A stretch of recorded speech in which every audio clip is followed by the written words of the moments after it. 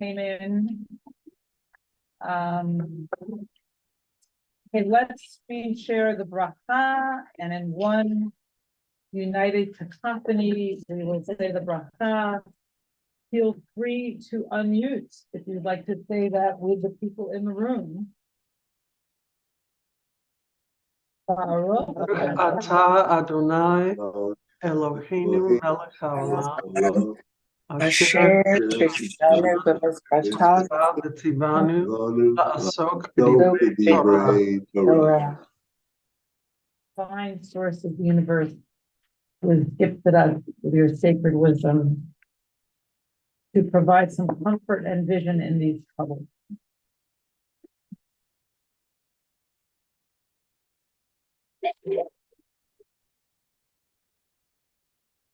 I feel privileged to be able to study Torah with everybody at this time. It is a privilege, a luxury, and comfort. I hope it will be a comfort. So today we're going to be looking at a difficult topic. I called the source sheet "Staring at the Destruction." We're looking at a parsha in which Sodom and Amorah are destroyed. What I'm looking at is the aftermath. Lot's wife and her turning into a pillar of salt. And then how Abraham looked at destruction as well. And finally, how Rabbi Akiva, there's an account of Rabbi Akiva looking at the destruction of the temple and how he responds to that. So 3 approaches to destruction and seeing destruction and how people make sense of it. And also making sense of like, what does it mean that Lot's wife turned back and turned into a pillar of salt, and why? There's a lot of commentary on that. How did Abraham, look at the destruction of Sodom and Amorah? There's not a lot of commentary on that, or I couldn't find a lot. So we're going to be working hard to make sense of that. And then finally, Rabbi Akiva, looking at the destruction of the second half. Okay, so I want to acknowledge that there are many different experiences in this room and experiences and visions of what's happening in Israel and Gaza. And, my own feeling is we're not going to talk about that directly. Oh no, sounds very muffled. Roberta says, Gil, well, actually, let me ask first. Other people on Zoom having that experience that the sound is very muffled? No. Okay, Roberta? Gil, what should Roberta do? Yeah, I think it's for people who are not on a phone or tablet. I think it's people who are on a computer are having issues. It's something to do with the speakers on a computer are different. Hey, Roberta, I hope that helps. I hope that helps. Now it's better, sweetheart. Something happened.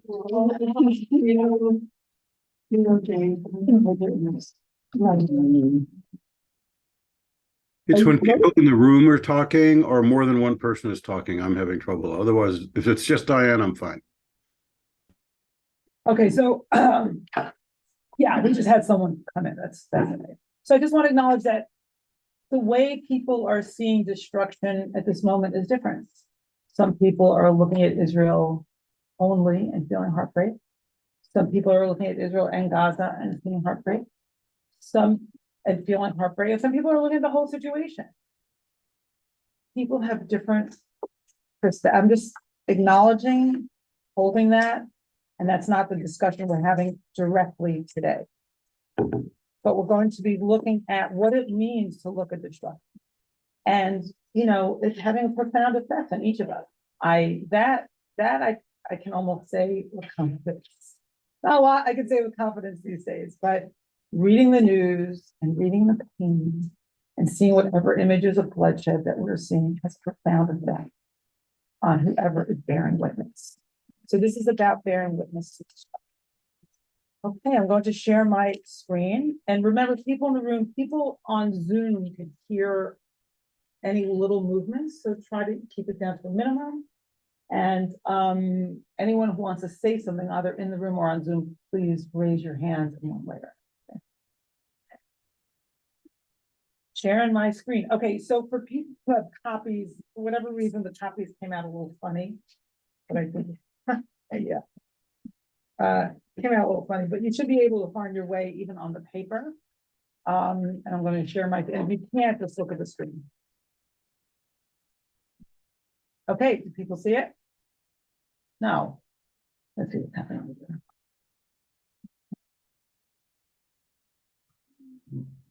Okay, who knows why it's not showing up on the screen itself? Does it need to be pulled down? Do people on Zoom see it? Or just see a little piece of it? The top part, that's all we see. Yeah, so why is that? Because I see the whole thing. All right, I'm gonna try again. Press the file.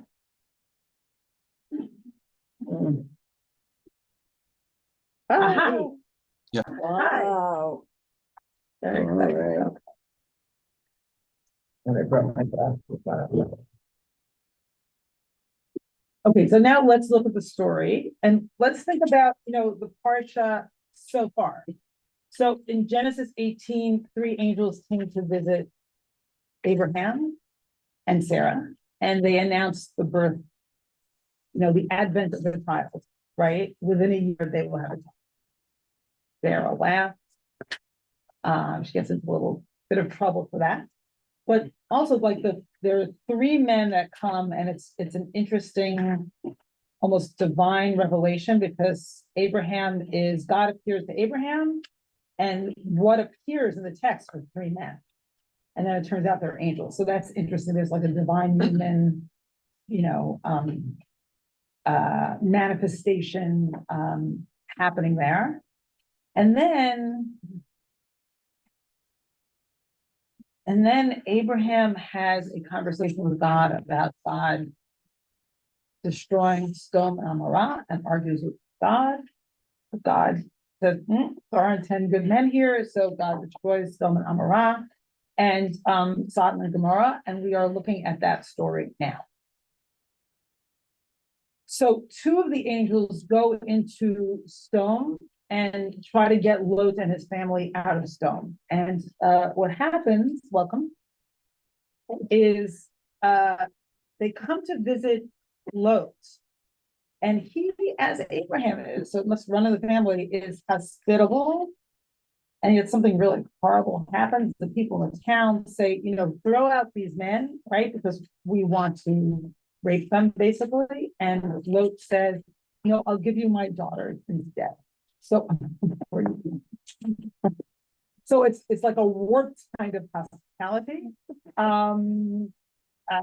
But they are able to keep the men of the town out. And now we are at the point where the angels say, everything's about to be destroyed, you've got to get out. So that's where we're at. Okay. I just want to know, is Antakai in here today or not? Okay. What? You saw his name? Okay, good. So, yeah, I'll read for a while and I'll share it with my chavruta, at least in open book, Antakai, hopefully. Okay. So here we are in Genesis 19. Vayamru anashim elot od milchapo.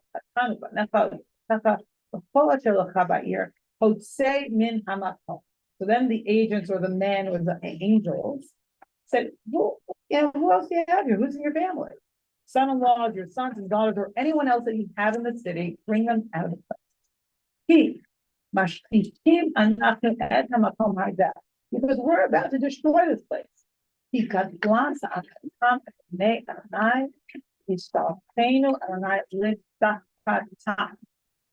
the outcry against them before Adonai becomes so great that Adonai sent us to destroy it.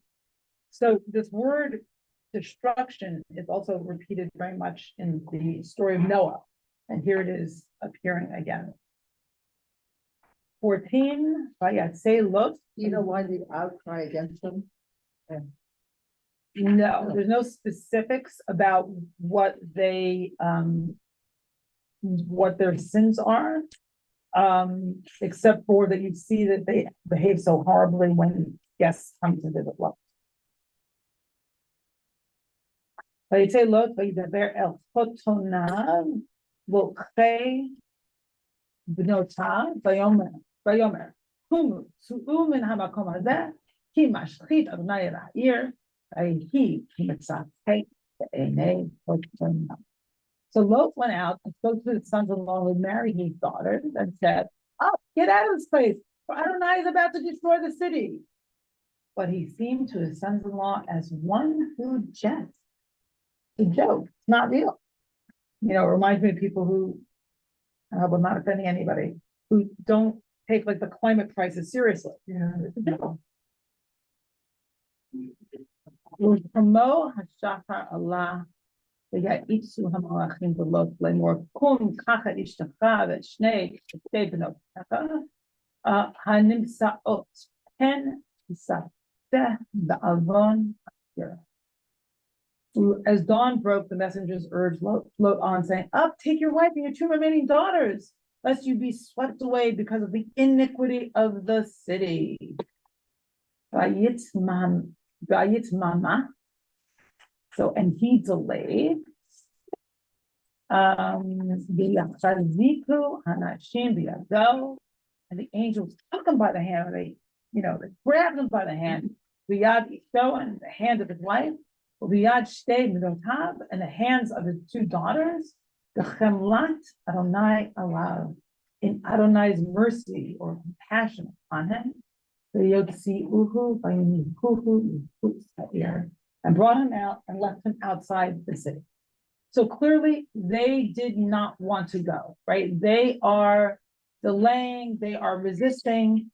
And what's interesting about Abraham is Abraham's always waking up early, wanting to do God's bidding, right? Their approach to time is exactly the opposite, right? There's resistance and there's willingness. Good morning.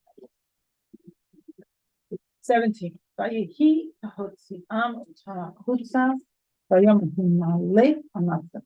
אל תביט אחריך, ואל תעמוד בכל הכיכר ההרה, מלא פן תישא. When they brought them outside, one said, "Flee for your life. Do not look behind you, nor stop anywhere in the plain. Flee to the hills, lest you be swept." So that's the context in which the instruction not to look back. We're going to do a little more. And then I'll open things up. So now let's look at how Lot's wife looks back.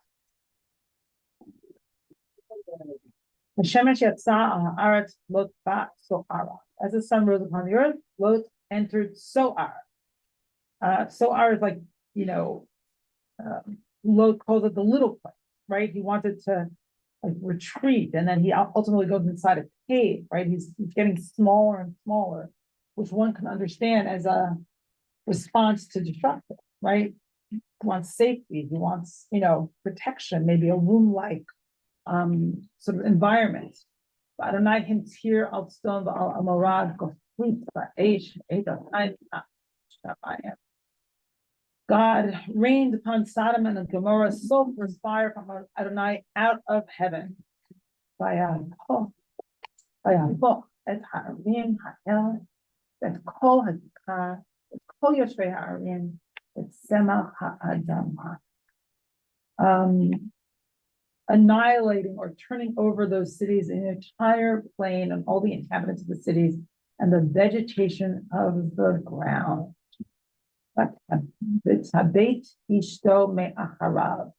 And his wife looked back, or in back of him, or behind him, but she thereupon turned into a pillar. Okay, so I want to stop here for a minute because I have a lot of commentary on this.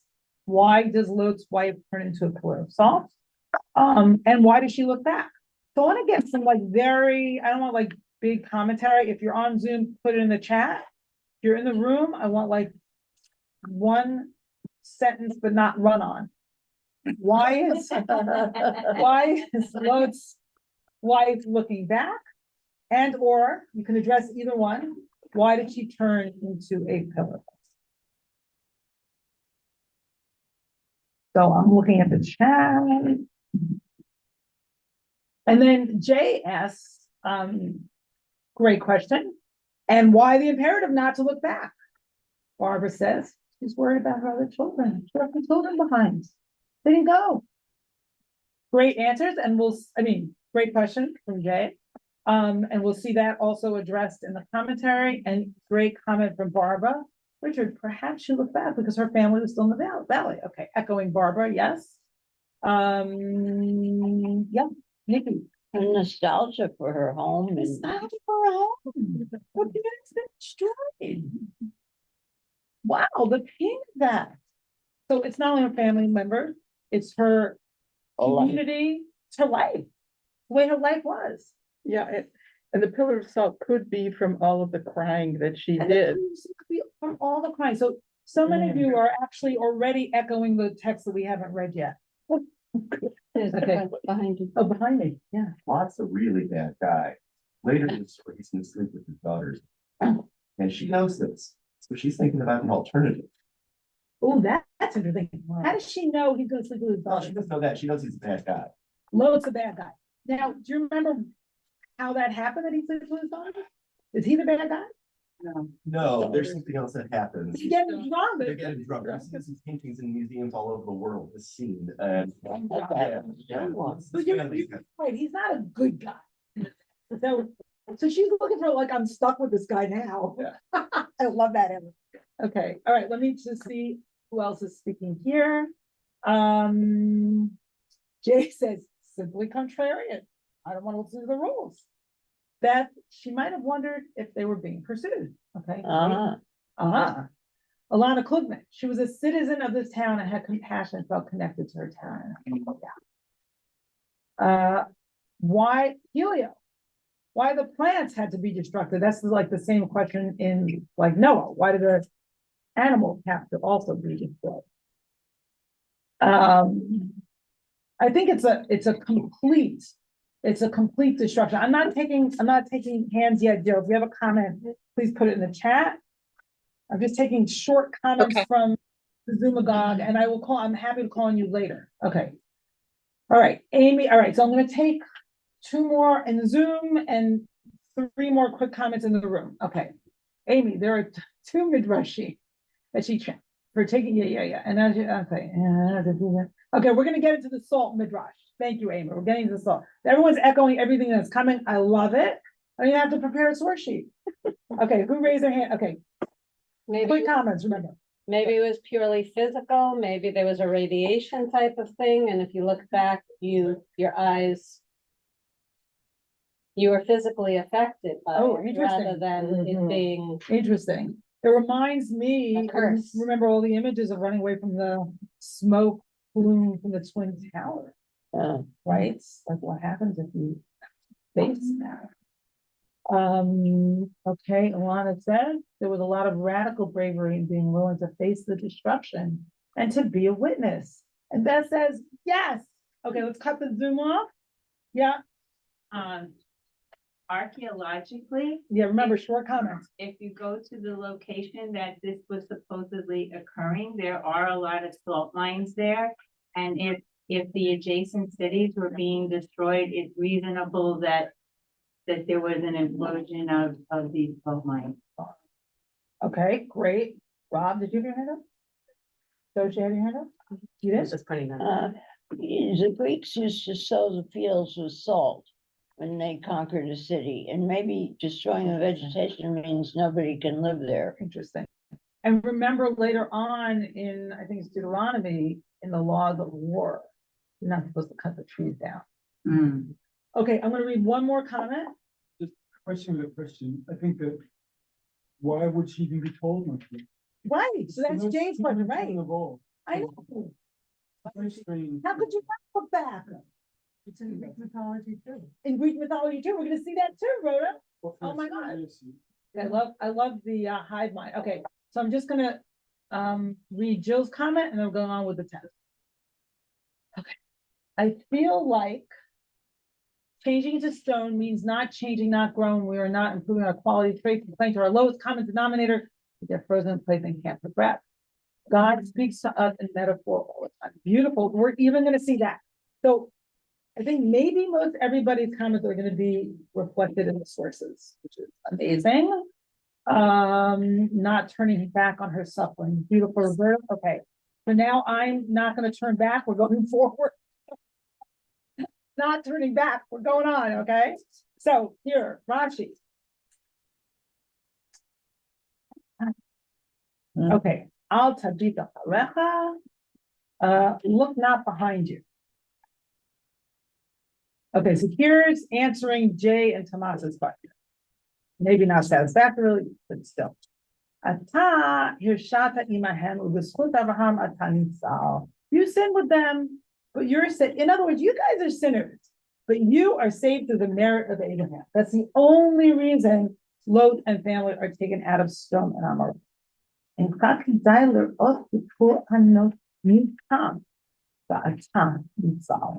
it's not fitting that you should witness their doom while you yourself are escaping. Like you deserve this doom, and you're getting out, right? So don't look back on their suffering because it should have been yours. Don't look back on it as if it should not have. Okay, so now JPS Torah.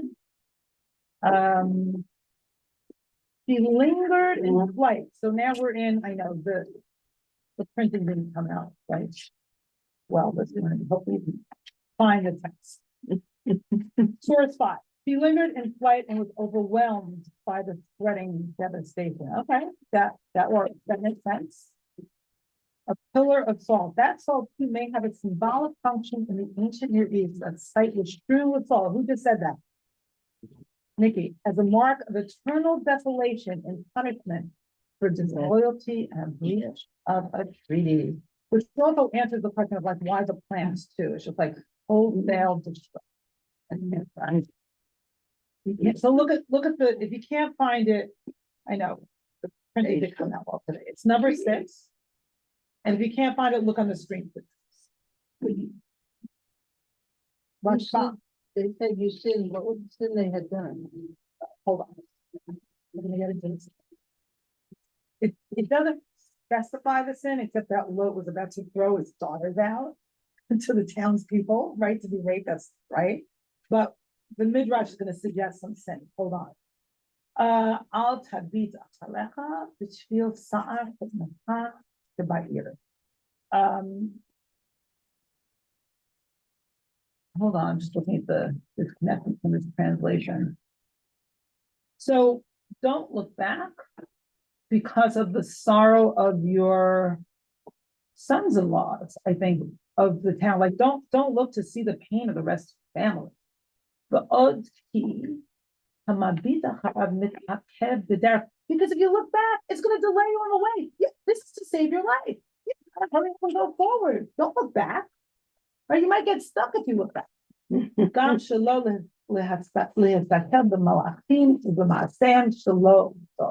Although it's not necessary to see the angels and their work. It's a little mysterious, but it's like maybe something about not viewing the work of destruction. Now let's look at the sin. What was their sin? So this is according to the Midrash. It's a little hard to. The Rashba was not satisfactory at all, right? That interpretation. Yes. Because it seems like it's the reason why you're going to be critical for the fault is because you're slowing everybody down. It doesn't feel like you're slowing everybody down, so you're slowing everybody down. So why are you punished? Don't do it because it's not a good idea. Right, but you won't make it. you're right, but they're explaining here why the injunction not to turn back. No, I understand, but I'm saying, right, but the injunction don't turn back and it's connected to becoming a salt. It makes no sense. That's true. It Right. makes sense why not to turn back. Right. It makes no sense, like, if you're gonna be turned back, if you're gonna turn, if you were asked not to turn back, it's a delay thing, you turn to a pillar of salt, that's also gonna That's be what delay. big delay is. You won't get there because you'll be salt. Right. Exactly, it's not very helpful. That's very funny. Okay, excellent. All right, here's the Midrash. So everyone's asking, like, what's Lot's wife's sin? And so the Midrash, a lot of times what the rabbis do, they do something measure for measure, midah k'neged midah. So she's turned into a pillar of salt. Something must have happened with salt. So let's see what happened with salt. The Tehi Nitziv Melech. Lefi shechatah b'melech כיצד שבאותה לילה שבאו המלאכים לביתו של לוט, הלכה היא אצל שכניה, בעלילה לשאול melech. So, and that night, which the angels came to Lot's house, she went to her neighbors' places with pretext, alila, to ask for Amru la shcheneha. V'lama at tzricha melech? And why do you need salt? The chi ein yudat dehayit chasa melech leilech likach melech miba'odio. Didn't you know that you were short on salt to go and take salt while it was still daytime? Amar lahem, ein anu tzrichim melech, ela שבאו לנו אורחים, וכך ידעו אנטיסטום במעשים, שבאו בביתו שלו. He said to them, we didn't need salt until guests came to us. And therefore, the people of Sodom knew about the angel that came to Lot. So, is the Midrash saying, do you think, that she went and basically reported that she had guests in her house? She was like a negative reporter. Where's the crime in that? Hey, I've got these angels. Because she should have known that the people of Stone don't like death. That was their sin. It's, in other words, okay, you're living in the times where there are runaway slaves, and you report to someone that, oh, I need some salt because I have some guests from the south here. She's snitching. She's snitching, right? She knows the culture, but she's participating in that culture. And that's what the Midrash said. It's not working. I can see. What? I'm curious what was going on in the Midrash. The Midrash felt that was a sin worthy, like what kind, like that kind of snitching ethos might have been itself. Is the Midrash trying to teach people not to snitch by making that her sin? Well, the Midrash elsewhere says, and I think Rashi pick up on this, I don't remember, that she wasn't generous with salt at the table. Like she was not a person of she didn't really welcome guests, right? So maybe, yeah, this could speak to a certain insecurities the rabbis had in the culture. Sold out. So then Yeah. she becomes salt, symbolizing hospitality. Right. The hospitality Turns she was- into it. Exactly. The help people in Zoom can hear. So she withheld the salt, and then so she becomes the salt because she should have shared the salt. Can I just make one more sideways interjection? Like this rationalization of someone is suffering. Good. I know that it's like the rabbis like to do it to make the world orderly and just and Exactly. comprehensible and systematic. But it seems to be a real moral that as soon as a moment of terror and absurdity happens, to immediately Makes say, sense of well, it in that way. focus on yourself. Absolutely.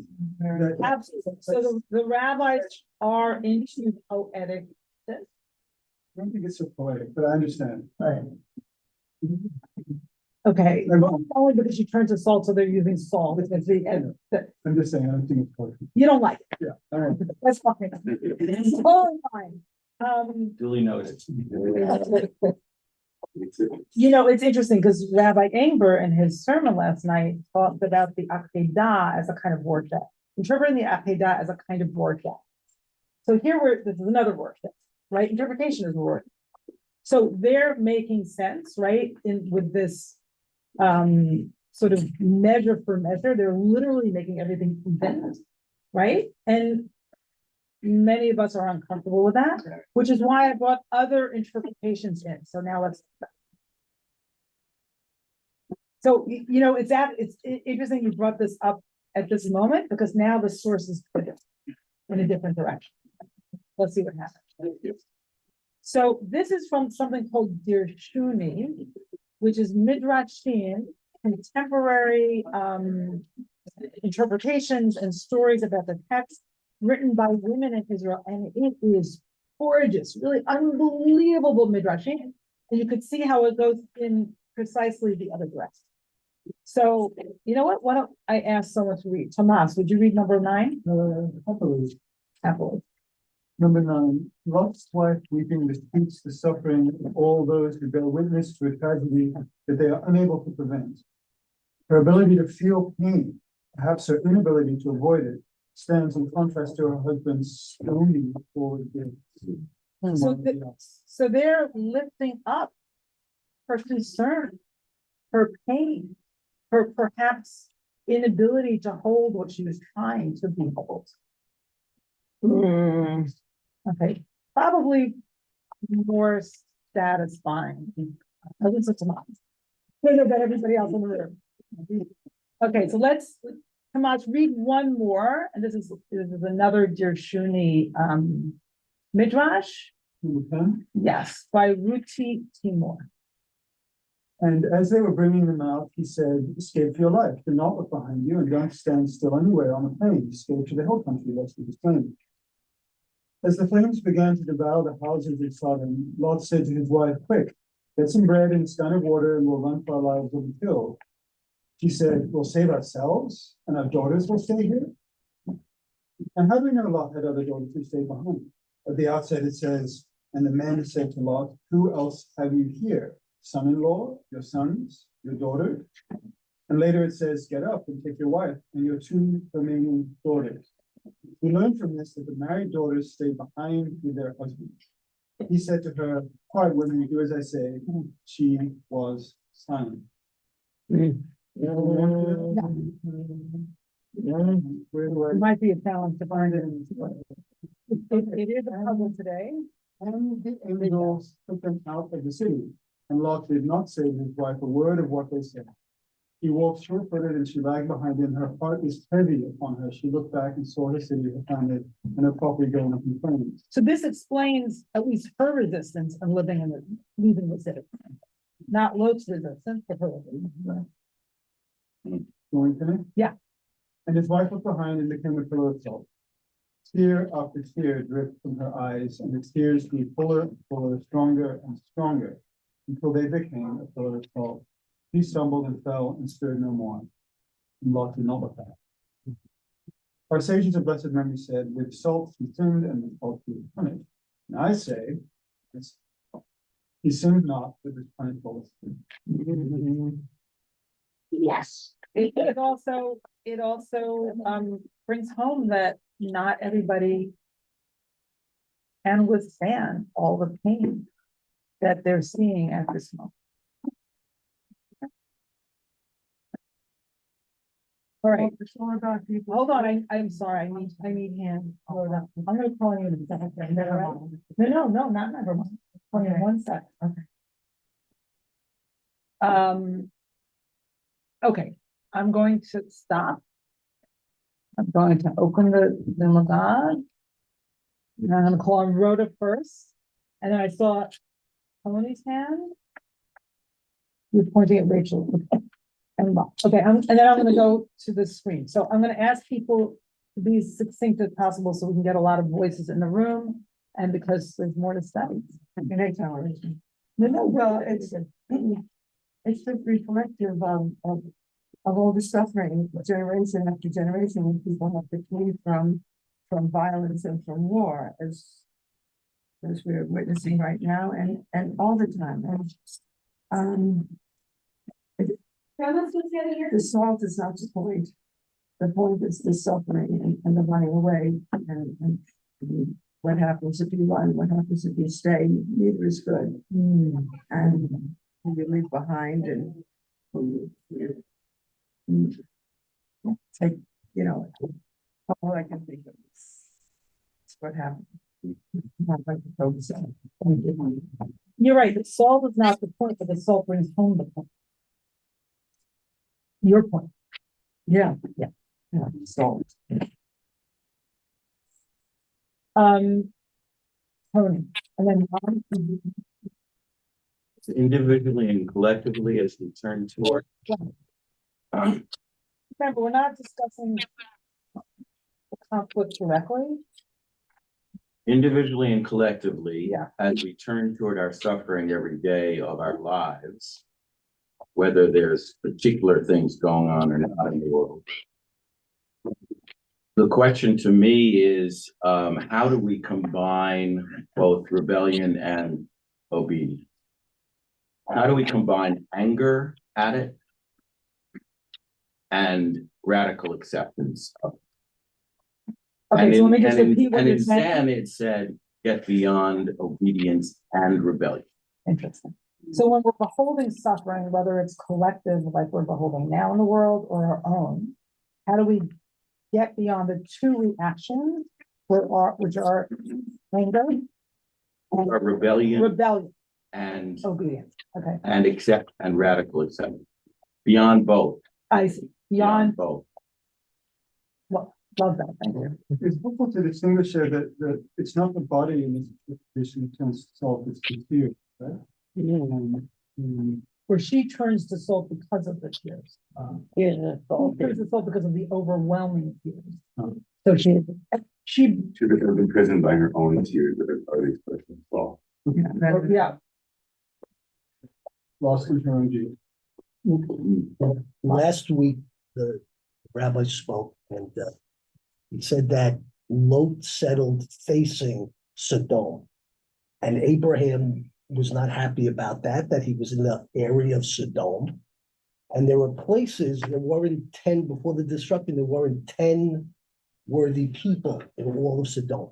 So there are places in the world that are evil, completely evil, and in my interpretation, and rightfully so, to be destroyed.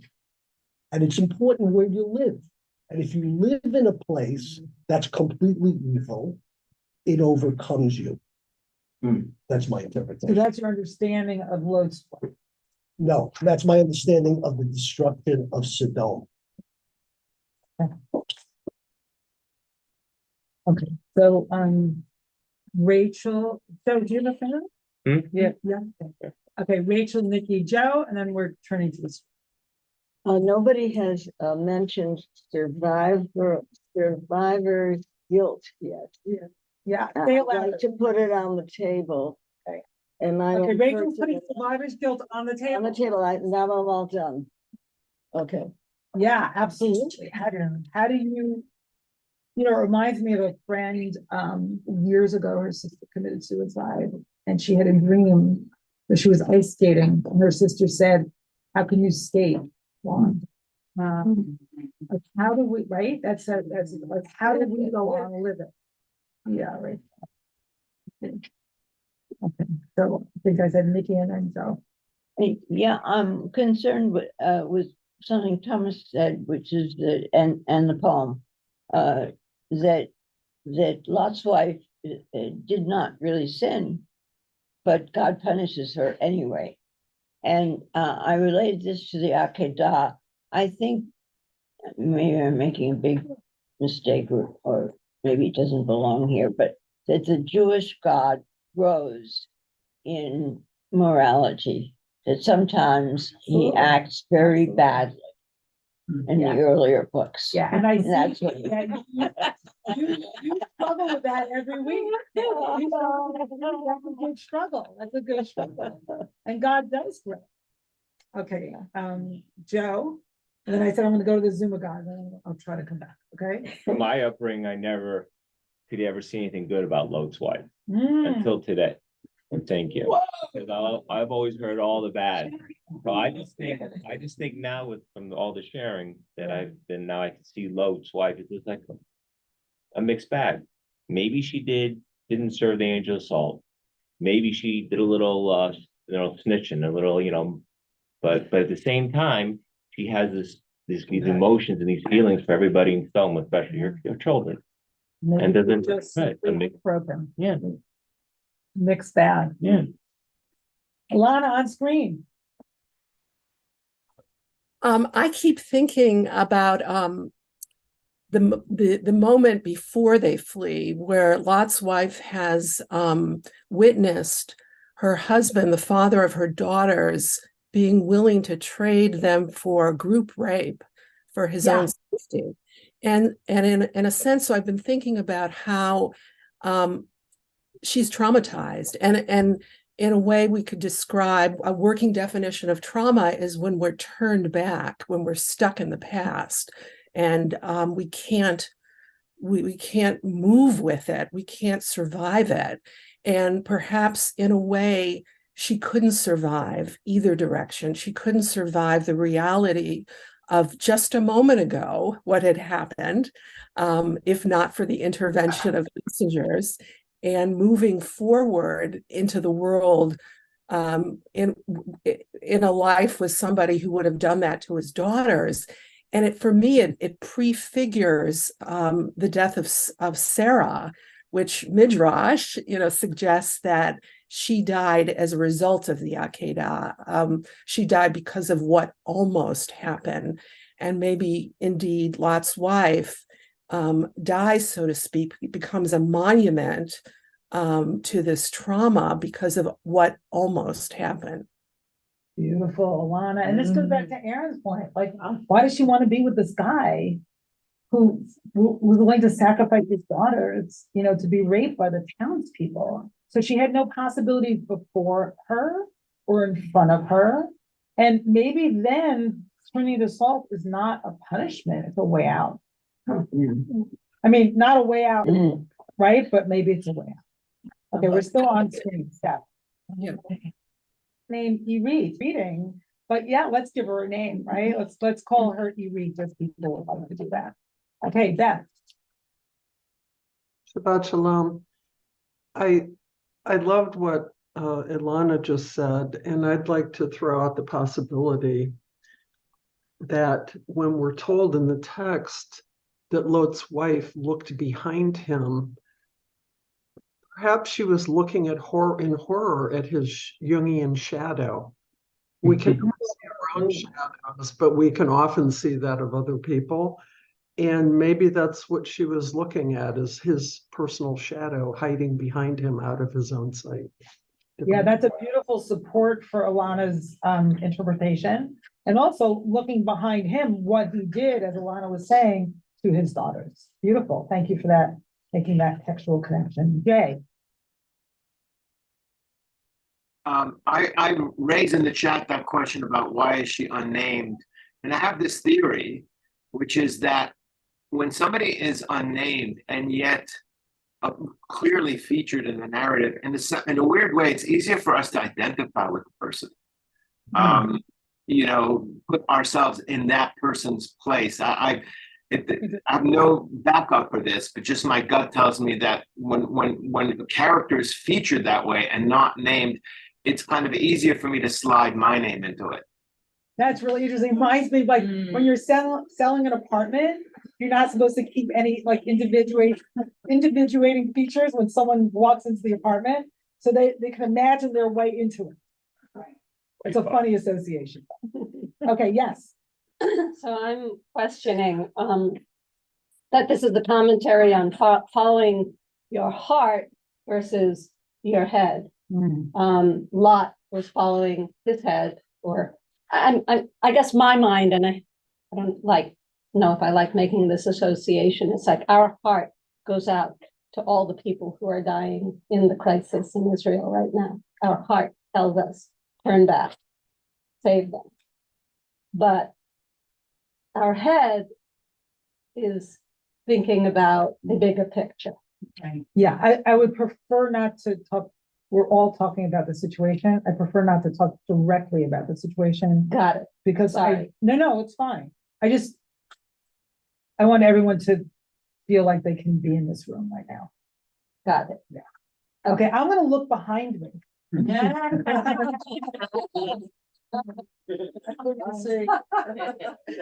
didn't turn into a pillar of salt. I just wanted to see if there was anyone behind me who wanted to say anything. Okay, I see Shosh and Kafira, and then we're moving on for some more text.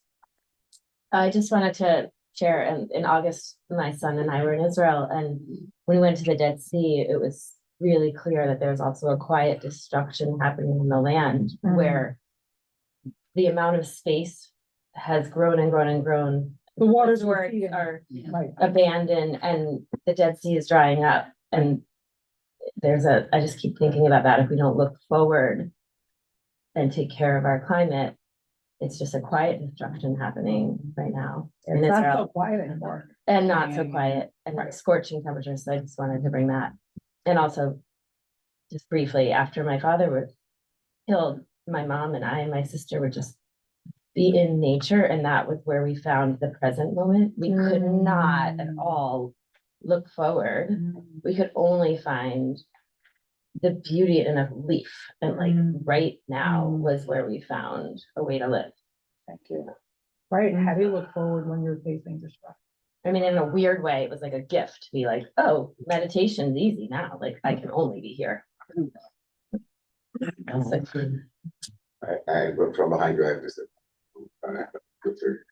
so it turns out with all of these interpretations of Lot's wife as not sinning, but actually acting in great reverence for and like an almost in ability not to turn back towards, especially with Ilana's and others reading where that is trauma that freezes them, it then actually makes the Torah's advice or command not to look backwards actually as great advice. That command actually transforms that perspective and transforms the Torah. Actually, that was a smart suggestion. Because when you turn back, you turn to soul. It's not Right. a punishment. Right? It's a punishment, but like so again, unless you're reading this, Well, right, is it for sure? Or is it just what happens?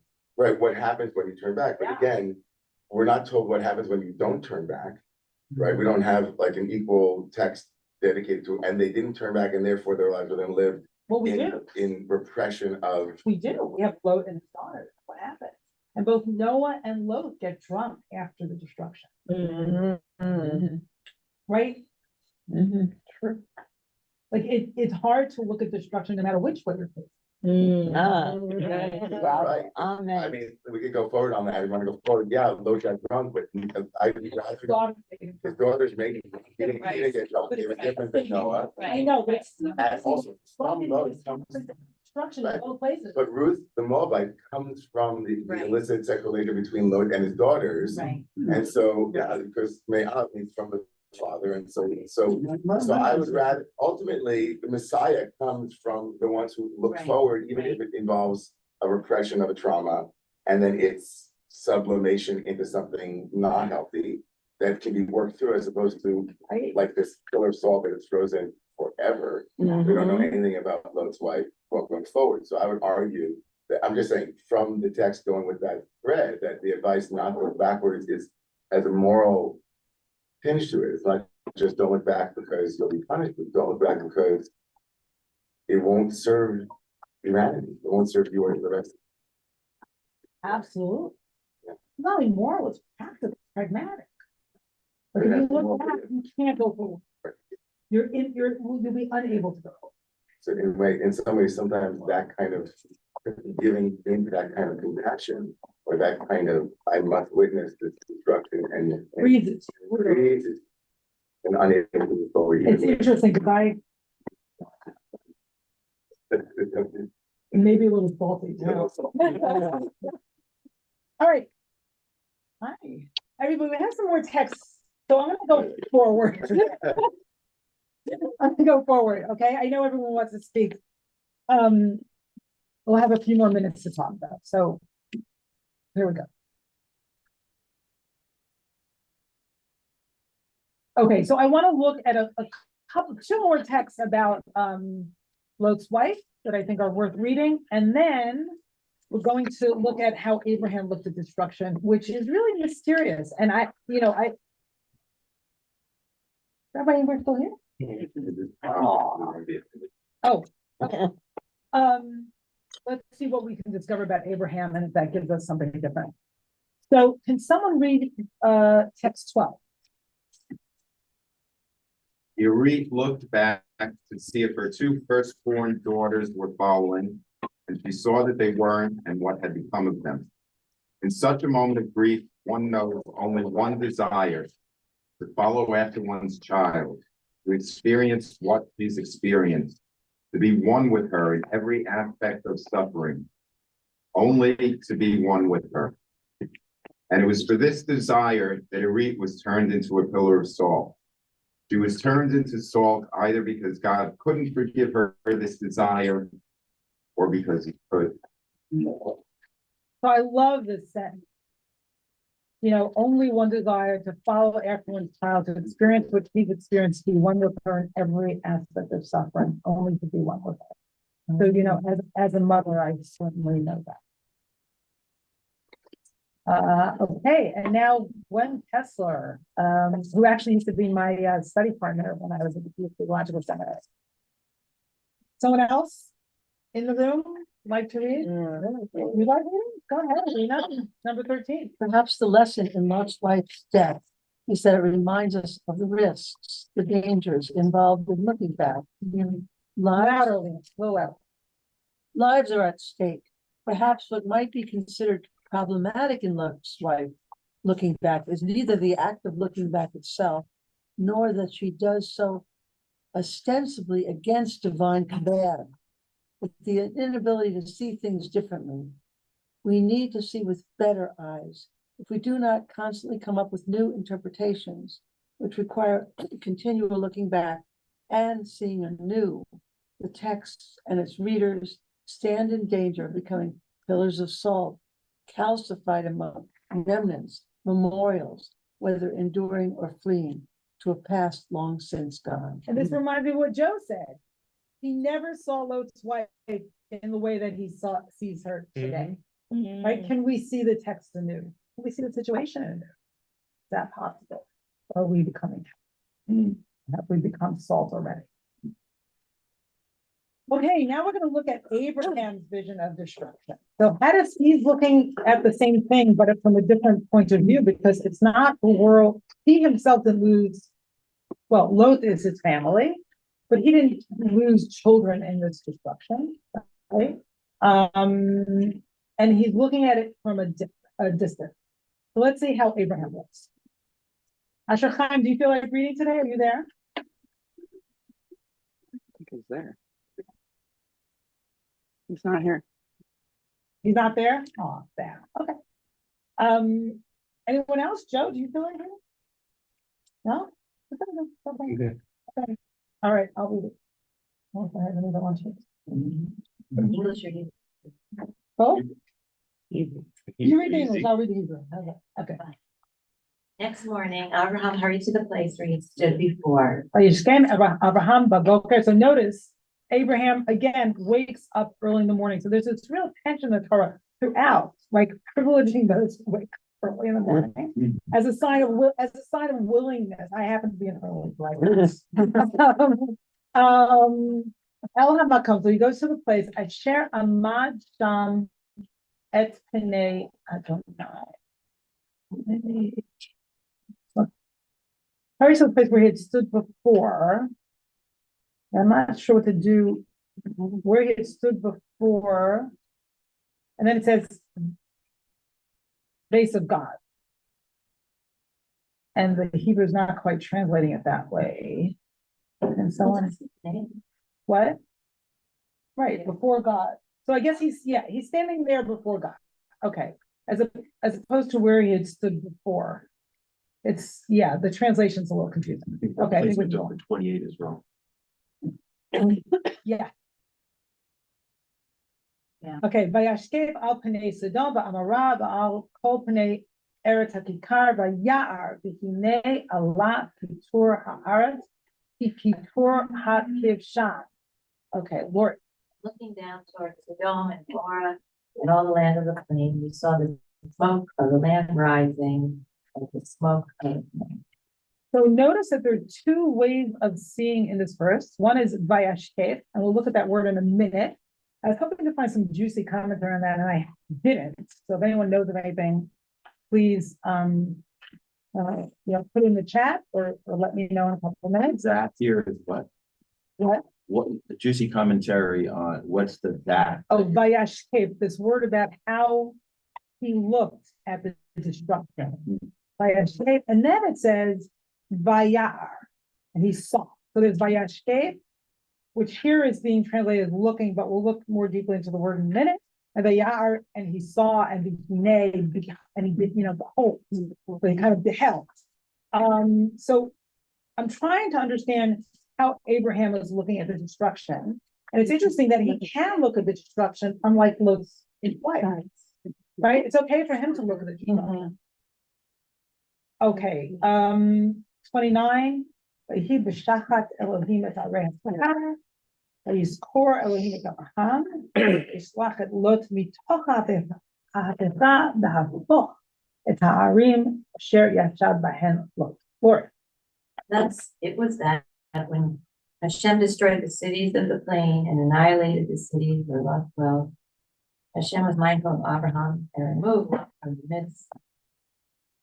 Okay, so the word for annihilated is God overturned. There's a lot of v'hafo, overturning these cities, turning them upside down. That's how destruction seems to be happening. Okay, so now let's look at this word. So why am I bringing this in? Because there's a vision here of the destruction that seems different than Lot and Lot's wife's vision of the destruction, and I want to understand what Abraham's doing. And also, it's really interesting. What does he see when he sees? Right, he sees the smoke of the lamb rising like the smoke of the stone. Wow, quite an image. Okay, and clearly, again, God only saves Lot and part of his family for Abraham. God doesn't save Lot for Lot's sake. So Lot seems not to deserve being saved. So let's look at Vayashko, and it's interesting. So there's a few places, there's many places it appears, and I want to give you some examples, but it's like there's a distance, like looking out of a window. He gaze, there's a more sort of passive looking, right? And here are two examples by Yakumu Misham Hashim. So this is the angels who are leaving Abraham and going to Sodom. They set out from there and looked down towards Sodom. And Abraham's going along with them to send them away. And then it says, here is an interesting down. What? It doesn't actually say down. It doesn't say down. Al Pnei Sodom. Before. So he's looking at the face of Sodom, or the surface of stuff. Yeah. Down implies yeah, he's not looking down. You're absolutely right. And then here it says, do you want to say something else about that translation? I think directly. Just that there were, not about that, but indirectly, there were 3 angels with Abraham and only 2 showed up. Yeah, I know. I'm passing over that because that's not the point I want to look at right now. Can I say something? I would think that he would be looking at something like if people looked at Hiroshima and Nagasaki, after the atomic explosions, and that happened there, that we created over there actually, with horror and tremendous war, actually. So that makes sense, but it doesn't say that. Right. I know it doesn't. Okay, so I want to go to what it says. Oh, okay. Okay, so I'm looking at that word Vayashkef. That's what I'm doing. I'm doing a little etymological exploration to try to figure out what the Torah is telling us. What you're saying makes sense, but it's not here. Okay.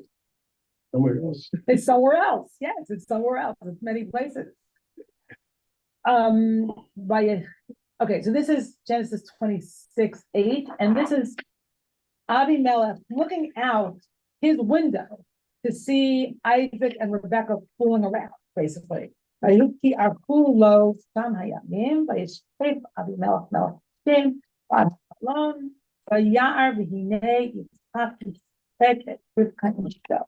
Sometime in past, Abimelech, scenes looking out the window, saw Isaac fondling, lovemaking, playing with his wife Rebecca. Okay, now let's go back to the verse in question. So it seems to me that there's some kind of shift here in Abraham's looking. Because first there's the distance by escape, which is like a gazing through a window or peeping. And then there's by Ya'ar, and he saw and he, right? So he saw and he beheld, right? And behold. So I'm wondering if sometimes, you know, we read the news and can't do it. And sometimes, and this goes back to what you were saying, we stand and we see and we get the magnitude of the destruction. So I wonder if Abraham could do what Lot's wife couldn't do, not because she was deficient, but because positionally, situationally, they were different, which was see the magnitude of the entire situation. And hold. Feel the reality. No, I'm sorry. Okay. No, we need to raise hands and I see Amy first. Okay. Okay? Amy. New to all this, but I have wondering, I'm just thinking like, know the whole future of all time and the whole past, and this idea of seeing the fondling and kind of being able to metabolize something so but also see the future in the new procreation that's about to come, and this cycle of creation, sustain, and destruction in this big wheel. And I don't know, that's what this made me wonder about. Beautiful. So when you see the whole, you don't only see the destruction. Maybe you see the whole cycle. Beautiful. Okay, let me just say, at 10, we have one more text to do. And I'm going to privilege bring up people who haven't spoken. So if you have spoken, please don't raise your hand. Now, if you have spoken and there are 2 quick comments, I'm going to take them. Anyone online who hasn't spoken would like to say something? All right. I can say something? Yeah, Okay. quickly, please. My feeling is this, if he turned into a pillar of salt and nobody else did, he couldn't be up at the same place where they were. You had to be way back, closer to Sodom, where the destruction took place. Otherwise, they also would have been turned into salt. So I think it meant he stayed back. She was hesitating and moving. He didn't want to move forward. Okay, Rhoda. With our divinity within, as Abraham has, we can see just that word behold. As I immediately felt that you can see and behold when you feel your goddess. Yeah, and that's a great question. When do we have the capacity to behold? When we're lucky. And what does it mean when we're lucky? It's not always in our power. You know, I said to someone recently, half the time I'm crying and half the time I'm shut down. Yeah. You're a hot mess. Thank you. Case 101, by the way. I'm sure I'm going with that comparison. All right, I see Richard and Roberta. And then we're gonna do a closing text and try to end with some kind of bracha. Thanks, Syed. The Hebrew after Sakef is al panei Sodom, looked into the face of Sodom. And then later what he sees is smoke. He doesn't actually see the face, perhaps. In other words, he doesn't really perceive the scope of the tragedy. He sees the smoke. Yeah, that's a really interesting point. Like I was trying to make sense. Yeah, it strikes me the word face. He really didn't see the tragedy of his son Isaac either when he spoke to Isaac later. The potential tragedy in the mind, if not the actual body of Isaac. And earlier there was mention of the relationship between Lot's wife and Sarah. And I think those 2 stories are really directly linked. There's something about Abraham that has trouble seeing tragedy. So raising the question of when does Abraham see the face? When does he actually behold the face? I mean, maybe he doesn't. Right. Right. Yeah, I'm thinking about what Richard just said. Is it accurate to say in terms of the text that the humans in the story are not distinguishing between who's suffering and who's good and who's bad, that it's only God. Well, Lot's wife, if we go along with a lot of the commentary, is concerned with her family. Well, I mean, Depending she how we- looks back and, you know, she witnesses and she dissolves into tears or whatever. You know, there's no, she looks back and sees her kids. She, you know, it's a, I don't know, I just think it's kind of an interesting moment in humanity and what Well, this Lot is God concerned with is. his- you didn't look at this text. Lot is very concerned with his own survival. And his daughters are concerned with survival of their progeny and humanity. But yeah, I don't know. It I mean, in doesn't terms say- of witnessing the pain and the destruction and the suffering. That's what I mean. I'm sorry. I think that's an interesting point. Yeah. Thank you. Okay, everybody, one more text.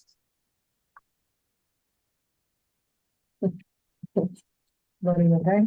Oh, I'm sure. Good. All right, so there's this incredible text about Rabbi Akiva. Witnessing the destruction after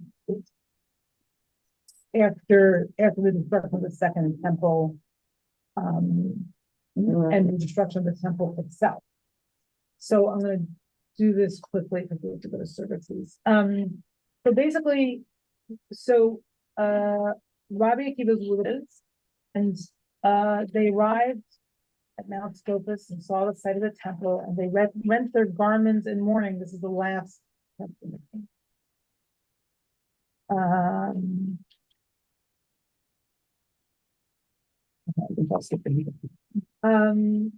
When they arrived at Temple Mount, they saw a fox, right? So just a real symbol of real devastation and yeah. That emerged from the site of the